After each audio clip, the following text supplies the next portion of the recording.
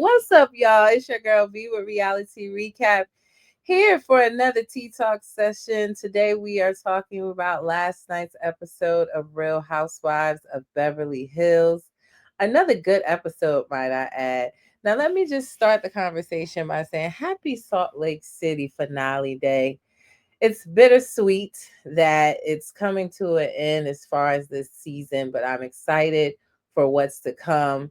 Check out the finale sneak peek that I posted earlier for you today, as well as a sneak peek of the 3-part reunion. I'm seated, honey, and it will start next week. I know I didn't recap Salt Lake City last week, so I will give you my thoughts. I'll be back tomorrow and give you my thoughts on that episode along with the finale. We're just going to jumble it all up and one sweet savory finale recap, and I will make sure to give you all my unsolicited thoughts. Now, back to Beverly Hills. Let's put the ladies up on the screen, honey. You know, I like to be bigger. So, boom. And talk about last night's episode, which, like I said, Beverly Hills is not disappointing to me. It's Salt Lake City and Beverly Hills right under there for me. They're both giving housewife energy that I'm looking for. So I'm enjoying the season so far. Now, we started off with the continuation of the conversation with Dorit and Kyle at the Viper Room, where it got tense. Kyle, in my opinion, I was saying this last night. It's all in how you handle someone. When someone's telling you how they feel, regardless if you agree with it or not, it's all about how you handle that person, and do you take what they're saying to you seriously? Do you value that person enough to care enough about how they're feeling, and explain to them, it's soft error. Explain to them if you didn't mean it in that way, or if you did mean it in that way, why. But validating Dorit's feelings, I don't think Kyle was doing a good job of that. I'm honestly team Dorit so far this season, unless she proves me otherwise.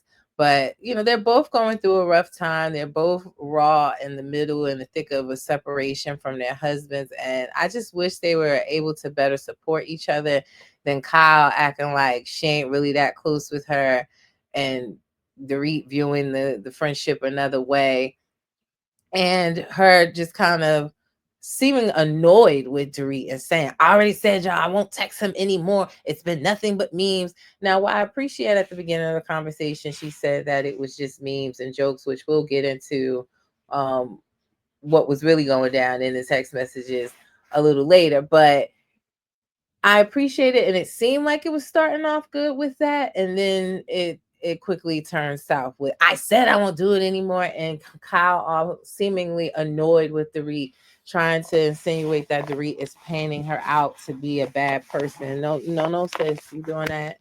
You doing a good enough job of that, all on your own. So I've said it a million times. I do think that Kyle and Dorit was close. I think Kyle pushed Dorit away because she was entering into whatever era it was with Morgan, and did not want Dorit to know anything about it, and she iced her out. Not over the stupid Watch What Happens Live comments, not over the whole does Dorit like Kathy more than Kyle at BravoCon. Those are things that she is using as to why she separated herself from Dorit. But in my opinion, it was because of whatever she had or still has going on with Morgan, is my opinion.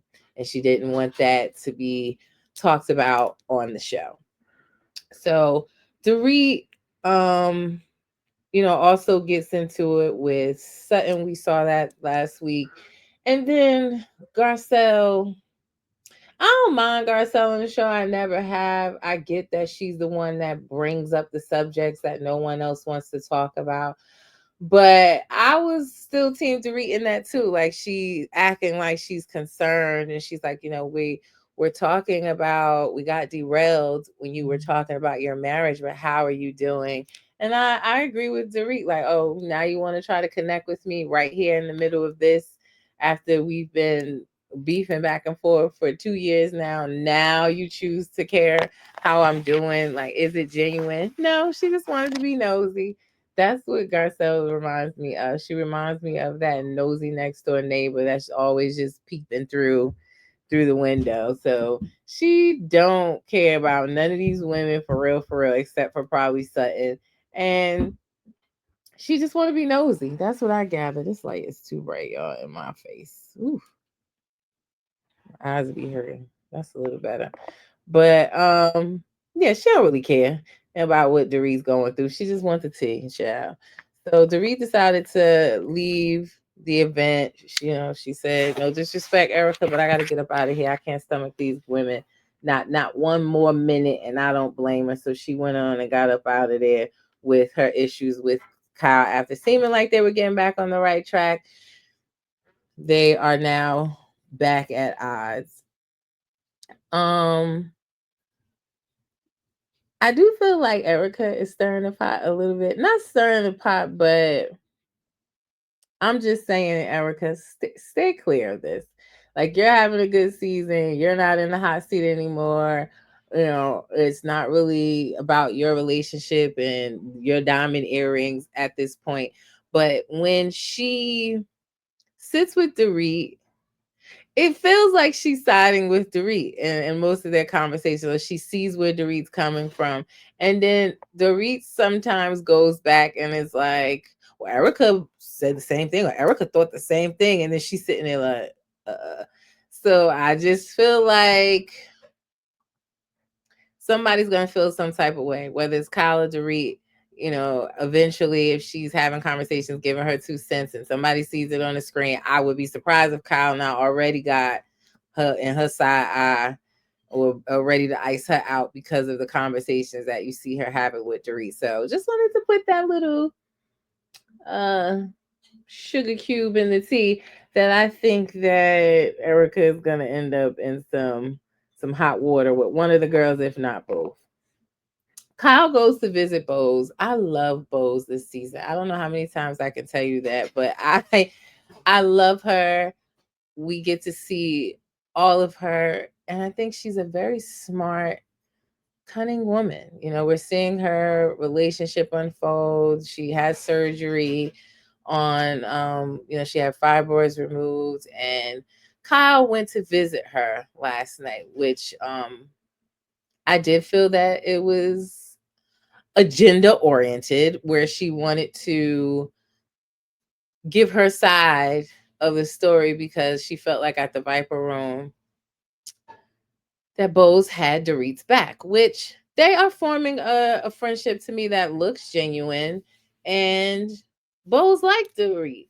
No matter what other issues the women has with the girl, she sees Dorit's side, she sees Dorit, and she likes her. So I feel like Kyle, even Sutton, even Garcelle are trying to become friends with Bose, but they think that Bose has this preconceived notions about them because of their issues with Dorit, when really they seem to have preconceived notions about her being biased or not really wanting to get to know them because of her friendship with Dorit. But I felt like Bose was spot on. She was saying like she could tell that Kyle's visit was more of an agenda to state her case, and she called that out. She also talked about the text messages and saying that, that's an old saying, a hit dog will holler. And she said Kyle is hollering. And she was right, wasn't she? Because we did get to Kyle, because Bose told Kyle, like, look, I talked to Dorit. Dorit wants to see the text messages, and Kyle, she's in her, her vein popping, shit talking era, and she's like, well, she can f off. She's not gonna be seeing my text messages. I'm not gonna show her my text messages. And then they go to Chuck E. Cheese. Why? I don't know. The girls are at Chuck E. Cheese. They're hanging out there talking. And we'll get into it in a few seconds. Let's just talk about the Chuck E. Cheese scene for a second, where you know, Sutton all of a sudden is commending Erica for, where she is now, when a couple seasons ago, when she was in the thick of it, you didn't want to be associated with her. Now as she's pulled herself up by her bootstraps and she's come so far, and you're the positivity speech girl. Like, miss me with that. I ain't feeling Sutton this season either. it's giving Mean Girl vibes. But Erica was speaking about how, yes, thank you for that. She's learning to get along with what she has. She don't have the big, huge mansion anymore, but she gonna redecorate the house she got now. She's grateful and happy where she is and with her independence. So kudos to Erica. But Erica also talked about never wanting to get married again. Not wanting that contract or bind. Like, could you blame her after this whole, the lawsuits and everything filed against her, Tom Girardi, his, all the things she went through? Could you blame her? But that kind of rolled into a conversation of, Garcelle and, trying to pull things out and asking Kyle, where are you with Mauricio? Are you setting boundaries? How are you guys feeling about it? And she said they're both moving slow. We saw that they spent the holidays together. They don't know what they really want. And I think it's on both sides. A little bit more on Kyle's. I think that Kyle thought that the grass was greener on the other side. She probably found out it's just more manure over there. Or she want to have her cake and eat it too, since she's showing up with Kesha. We still see her, hanging out with Morgan secretly. But she thought, in last season she couldn't stand the sight of Mo. Now she mad or sad that he moved out and got a and furnished his own condo instead of it being like a stage condo. She said that felt more permanent to her. But she talked about them moving slow, not really sure, what's going on, and she's okay with that. And then here go Garcelle, that nosy neighbor. She's like, I just want to say, do whatever you want to do. If you want to be with Mo, fine. If you don't, fine. If you want to be a lesbian, go ahead, be a lesbian. And it's like, even Erica said it, like, it's she does say and come out of her mouth with questions that nobody else wants to ask, but we all want to know the answers to. And that's cool when you're that person's like friend or something. But I don't know. It just be coming off like, girl, so why right now? Like, okay, you asked it, cool. She ain't gonna answer it, but I don't know why she had to jump out of nowhere and say that. I really don't. I really don't. And you know how Kyle do. Every time is said that she wasn't expecting to say or she does not want to talk about, y'all see her neck go like this. She give y'all that little stunned. So she definitely wasn't expecting that. But they get into the conversation with her and Dorit, and she says, I'm going to read this text message one time. I'm going to show y'all what we talk about. And I'm only doing this one time, and that's it. And she goes on to read this text message where she says to PK, like, I've never disclosed anything we talked about, and I never would. Basically, I can't be as close friends with you because Dorit doesn't like it, but we can continue to say, or he said something to the effect of like, well, don't forget to still keep sending those memes and jokes. And everybody is looking around and not saying to her, well, that is contradictory to what you've been saying that the entire time. You guys were just sending memes and jokes. It's clear there's been some conversation about the relationship between PK and Dorit when you're telling Bose that I didn't know nothing about it. Dorit never told me anything, which we saw the flashback where it did. And she did tell her, she was with the separation of him always being overseas and stuff, that she was thinking that the relationship wouldn't last. We saw that flashback. And then clearly you know more about the situation than you led on to because you read it out loud. Maybe you should have just scrolled to the memes and the jokes and left that out, but it was contradictory to what she said. And nobody really wanted to address that. They addressed it in their confession. It was like, oh no, that's not what she said. Oh my God, this is more than what it is. That is not cool. And of course, Garcelle went to go visit Bose and told Bose what was said by Kyle. And Bose is looking like, okay, so who's telling Dorit? You, since you came back with this information, who's telling Dorit that? So it is just, it's turned up. The dial is turning up. I am not a fan of Kyle this season and just how she's treating Dorit, how she's talking to PK, jokes or not. She wouldn't want nobody in that group talking, joking, memeing with Mo. She wouldn't want that. So I don't see why you can't take a step back, put yourself in her shoes, understand and validate the girl's feelings. While Sutton's over here screaming, "Your life sucks. You're mad at your life and not me." Like, Sutton, you mad at your life too. You can't find a man. Okay? And we don't want to keep seeing you buying horses and working at your boutique, sis. Yeah, you get $350,000 a month. Great. What else you got going on? In the great words of Miss Cynthia Bailey, honey. Now what else is going on? Okay. So those are my thoughts on last night's episode of Real Housewives of Beverly Hills. Enjoying Bose. I'm Team Dorit. Love their budding friendship. Kyle, you definitely been talking about the Dorit and PK's relationship with PK. I don't think she's even going to stop talking to him. Can't believe she read that out loud and incriminated herself. Once Dorit gets a hold of this, y'all think she's standing on business now. She's going to be standing on her tippy toes on business when this comes to her front door. So I can't wait to see who tell her.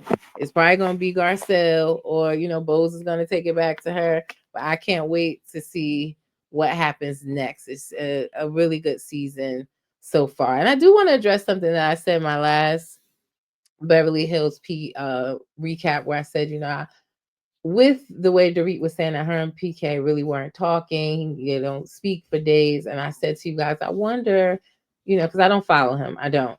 I was wondering, like, is he just cutting Dorit off? I hope he's still having a great relationship with his kids. And I will say, I did go and check his Instagram. First of all, he's lost a lot of weight. He's over 9 months sober and looking great and well and slimming down and living his best life, but also it looks like he has a great connection with his kids, and that I was happy to see. So we'll keep following Beverly Hills. New episode next week. I'll be sure to give you a sneak peek and continue to recap for you, but those are my thoughts. Now, please make sure that you like, share, and subscribe to my YouTube channel so you don't miss any live or recorded recaps. You'll get all the tea here that you need on the hottest reality TV shows. Now, like I say before I end all my shows, reality TV stars are humans too. Don't forget that. It's your girl V with Reality Recap, and I'll be back for a recap on last night's episode of Love and Hip Hop ATL. Peace.